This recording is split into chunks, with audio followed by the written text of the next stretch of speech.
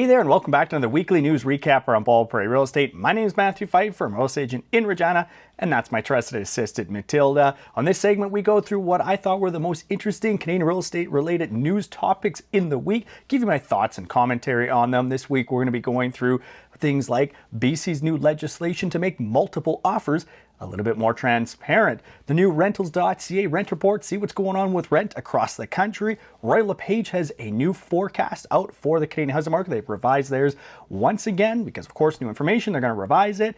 And of course, we'll do my typical educational segment. We're talking about different types of interest rates.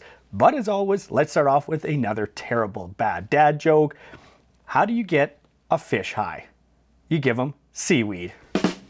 If you have a terrible joke that I can use in a future episode, put it in the comments below. Let's get into this week's news. Let's start off with an educational segment talking about interest rates. We're going to talk about how fixed rates and variable rates are different and the little nuances that separate them. And variables, there's two categories, but we'll start off with fixed rates.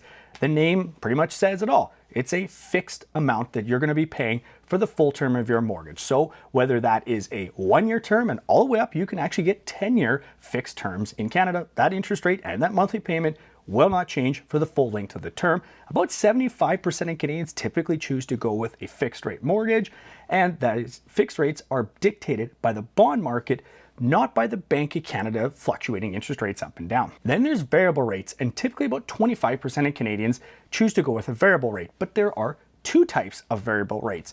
The first type is the adjustable variable rate mortgages. So those are the types that when the Bank of Canada changes interest rates up or down, that payment will go up or down each time they do that. And these are the types of payments and the type of mortgage that people are talking about when you hear in the news that the mortgage payment went up $1,000 a month. That's an adjustable rate mortgage. The second type is what was called static variables or fixed payment variables. And as the name implies, it's a variable rate mortgage with a fixed payment. So there's a set monthly payment. What changes when the Bank of Canada changes interest rates is what portion of that fixed payment is going to interest versus principal. So when interest rates go up, more goes to interest. When interest rates go down, more goes towards the principal. And this is the type of mortgage that people are talking about when you hear in the headlines. There's about 2/3 of those on variable rates that are on these fixed payments. So the headlines have talked about negative amortization or amortization getting extended out longer because eventually if interest rates go up enough, all of that payment is now going towards interest and nothing is paying down principal. In some cases, there's more interest than the total payment. So that amortization, how long that person's going to have to pay off the mortgage, is going to extend out. That's where you hear these headlines of mortgages being 30, 40, 50. I saw another headline, 70-year-long mortgages. That's not really accurate because that is effective amortization, not contractual amortization. So when these variable rate mortgage holders have their term come up, they have to reset back to their contract rate. So it doesn't matter if their effective amortization was all the way up to 50, 60 years. They don't have a 50 or 60-year mortgage. They have to go back to whatever their original contract rate was. So that is when those fixed payments are going to increase significantly. The first article we have this week is the rentals.ca monthly rent report. Not only nationally did we see rent increase month over month, but it is now a new all-time high, closing in on $2,100 a month. Previous high was back in November of last year. This was a 1.4% increase month over month, making it the largest increase we've also seen this year. It's increased 7.5% year over year. In the last 2 years, nationally, rent has gone up over 20%. But hey, it's not a housing shortage. It's just the speculators and the foreign buyers and everybody else that everybody wants to blame. It's nothing to do with the lack of housing and massive increases in population. If you're tired of hearing me sarcastically say that, put the funniest emoji you can think of in the comments section below. Let's keep it PG as well, guys. Come on. Of the top 10 cheapest places in Canada rent, all of them except for one, there's one Ontario city in there, but the rest of them are all in the prairies or Quebec. Now, they don't talk about Atlantic Canada much because they only have Halifax here, which didn't make the top 10 list. I have a feeling if you look at some other Atlantic provinces and Atlantic cities, you'll find more affordable places to rent than what's in the rentals.ca list here. And on the flip side, if you take the 15 most expensive places in Canada to rent, 14 of them are in the Greater Toronto area or the Greater Vancouver area. Next up in BC, there is a new disclosure form that has to be used in multiple offers. This is an attempt by the various BC real estate boards to make the multiple offer process more transparent, and I'm happy that they're doing this, but they came so close to making this so much better. Now what's going to happen is if there is multiple offers, the sellers and the seller's agent are going to have to record how many offers came in and from what brokerages and provide that information to the buyers. But after they have accepted an offer. I wish they would have done it the other way, where this information has to be provided to the buyers as the offers come in, but that's not the way they've got this set up. So as a buyer, you are going to know that there were multiple offers and which brokerages submitted those offers. But of course, you won't have any additional information in terms of how much they were offering, what their conditions were, anything like that. Unfortunately, you're going to have to wait until something like open offers is more readily available and on option for sellers before you see that type of information.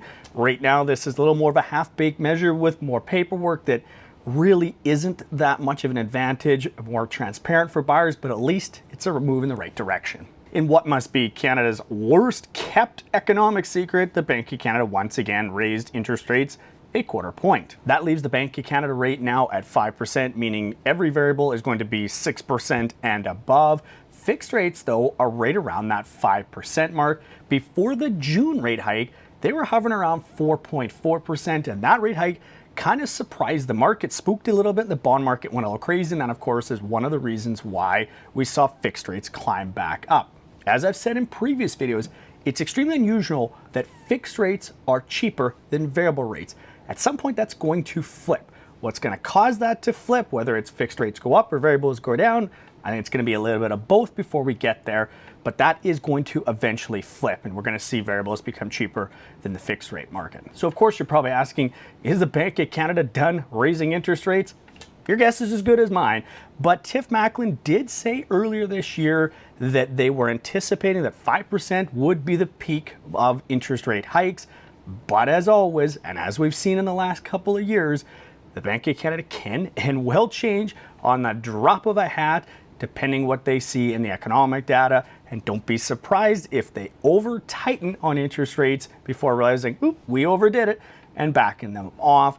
They're going to be looking at the economic data. They're looking at inflation. They're looking at house price. They've said they're looking at that stuff. So they're looking at all these types of information, and that's what they're using to base these decisions right now. The last article here, Royal LePage revises its forecast for the Canadian housing market. This is, of course, the second time they've revised their forecast. Typically, Royal LePage looks at these multiple times a year and does revisions, as do all of the other banks and real estate companies. As new information comes in, they should be revising their forecasts, because what we thought was going to happen early in the year really hasn't played out. They are expecting, though, that year over year, home prices will be up 8.5%. Now, that doesn't mean that they're going to increase another 8.5%. Really, where this 8.5% year over year price increase comes from is if right now home prices basically did nothing, didn't change, because of how much home prices dropped last year, they would be up 8.5% year over year. And that's exactly what Royal LePage is expecting. They're not anticipating much, if any, price growth for the balance of the year. By the way, if you are thinking about buying a house and you don't have a great real estate agent, of course in Regina, I would love to help you out. But if you live somewhere else in Canada, I have a great real estate agent I know in your market. I've got a vast network. If you look in the description of this video with all the sources to all these articles, there's also a link to my calendar where you can book me in for a buyer's consultation. I'm going to give you a call, talk to you about what's important to you in a house and an agent, and then get you set up with that perfect agent for your market. And since you love learning about real estate, well, you should check out my monthly Canadian real estate market update right here. If I've finished my most recent one, it'll be right there. Otherwise, that'll be last month's, but don't worry, the new one's coming out really soon here. As always, guys, if you like this video, please give this video a like. Hit the subscribe button if you haven't already. Subscribe to Bald Prairie Real Estate and leave some comments below. Let's chat in those comments below. And thanks very much for watching.